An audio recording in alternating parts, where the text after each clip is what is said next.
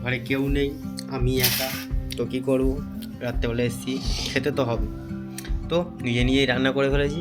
রিমপাড়া গেছে একটু বাপের বাড়ি, তো মেয়েটার কদিন আগে মাথাটা ফেটে গেল একটুখানি বার্থডের দিনই, তো সেটা জানানো হয়নি কাউকে। তো ওরা গেছে, ওর জন্য বলে দুদিন একটু ঘুরে আসি, তাই ওরা গেছে মামার বাড়ি, আমি একা, তো কী করব? রান্না করেছি ডিম আর ভাত, বাস এটা খেয়ে নেবো।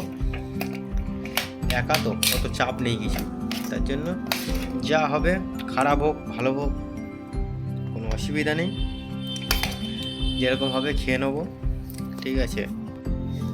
ভাত করে ফেলেছি, থালায় নিয়ে নিয়েছি, এখানে আছে ডিমের তরকারি, 4টে ডিম আছে, আমি একা মানুষ, 4টে ডিম কেন? কেউ নেই তবুও 4টে ডিম কেন? এখন খাবো, সকালে খাবো, তার জন্য 4টে ডিম একসঙ্গে রান্না করে ফেলেছি। এখন একটা ডিম নিয়ে নিই, নিয়ে এটা দিয়ে খাই, তারপরে সকালের চিন্তা সকালে হবে। তরকারিটা সকালে একটু গরম করে নেবো, নিয়ে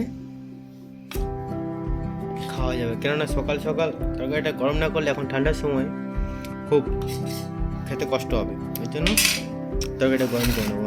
তরকারি নেওয়া হয়ে গেছে, ডিম নেওয়া, তরকারির কালারটা কেমন হয়েছে জানাবে। এখন খেয়ে দেখি কেমন হয়েছে, নিজে নিজে রান্না করেছি তো, তো নিজের প্রশংসা কী করে করবো, ওই জন্য আগে এক গাল ভাত মুখে দিই, দেখি কেমন হয়েছে। যদি ভালো হয় তো ভালো, না হলে খারাপ হলেও খারাপ, খেতে তো আমাকে হবেই, ভালো হলেই খাবো, না হলেও খাবো, খেতে তো হবে। তো